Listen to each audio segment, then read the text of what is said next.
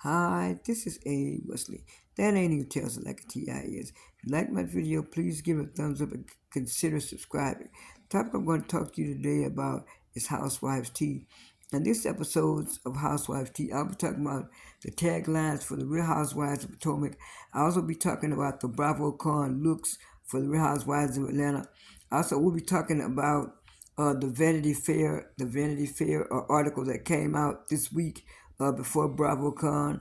I also will be talking about Bill Collective, the trailer that came out last week. Like I said earlier, the Real Housewives of Potomac did their taglines, and the best tagline to me was the new girl. I think her name Nikita, and then uh, second was Karen's, and third was to me third was Candace. The other two were okay taglines and stuff like that. So I think I'm going to read to you the taglines, each tagline right now. Let me finish. Let me pull it up right quick.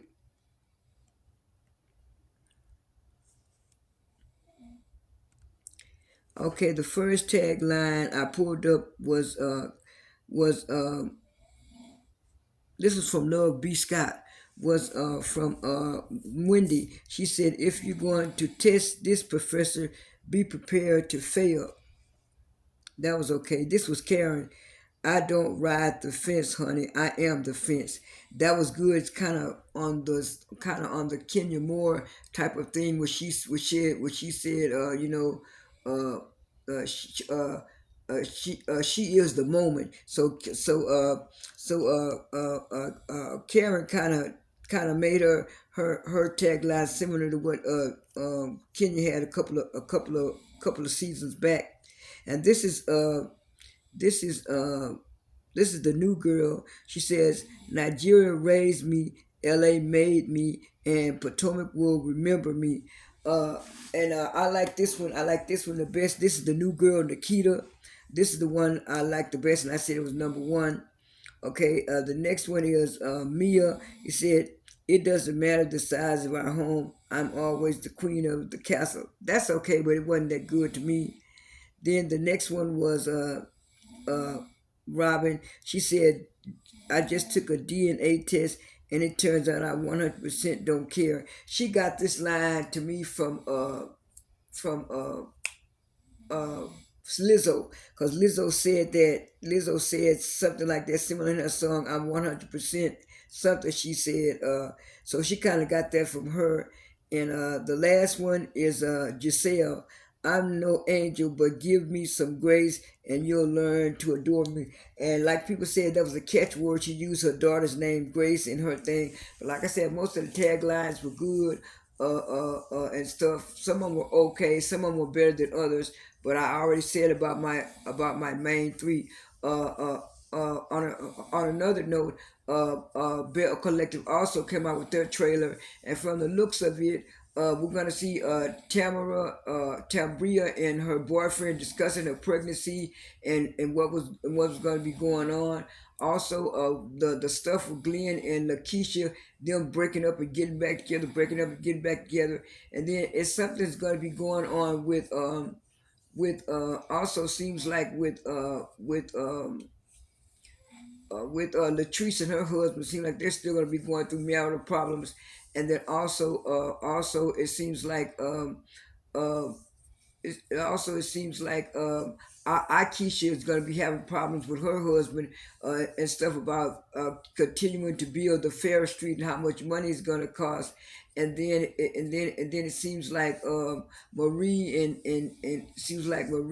Lakeisha is going to be getting into it because Lakeisha, it seems like she's on Latrice's side now. But anyway, Bell Collective trailer looks good and sounds good, and I'm glad for Bell Collective.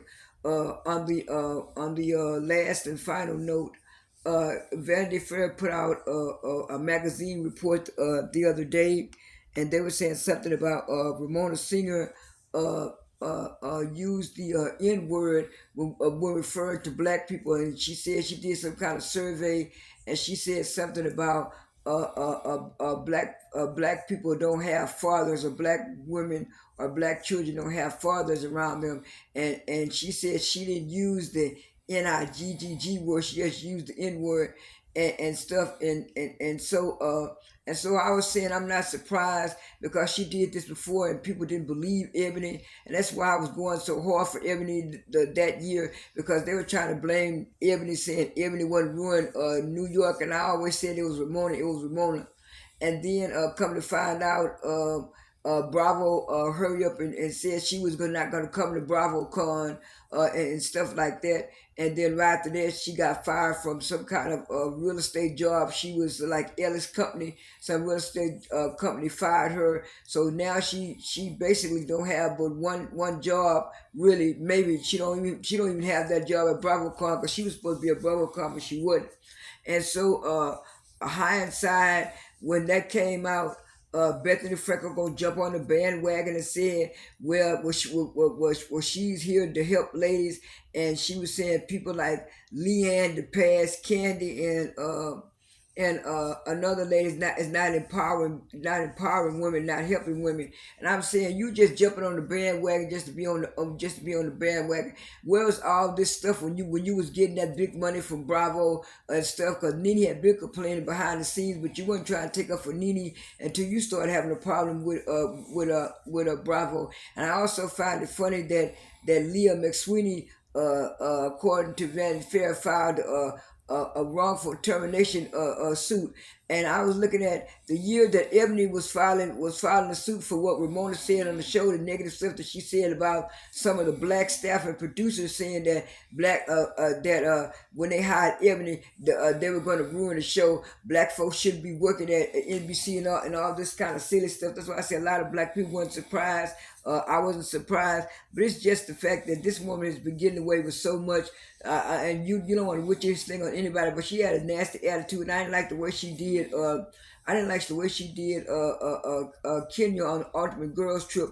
And speaking of Kenya, they asked Kenya at BravoCon. I have a few pictures of that. I have a picture of Candy, and at the BravoCon, I have some pictures of Candace and Wendy there. They were asking Kenya certain questions. Kenya was saying she was not surprised. She was not surprised of the stuff that happened to Ramona. She said she don't think Ramona is really a good person, and she said that she did classic shade. Kenya, she's always doing classic shade, but she was right on point. She was right on point with that topic, and so that's all the topics I have for you today. Oh, one more thing. I was so glad Ebony had a response, and she said, blank Bethany Frankel, because I can't say the right word. She said blank Bethany Frankel. She said, how am I gonna get advice from how am I gonna get advice from a rich not for rich from a white woman giving me advice about a corporation in a conglomerate with all the experience that I have. I say, yeah, that's right, Ebony. You get on Bethany Frankel, because she just jumping on the bandwagon behind stuff and stuff like that. Now this is A. Wesley. That ain't even tells it like the T.I. is. I am out.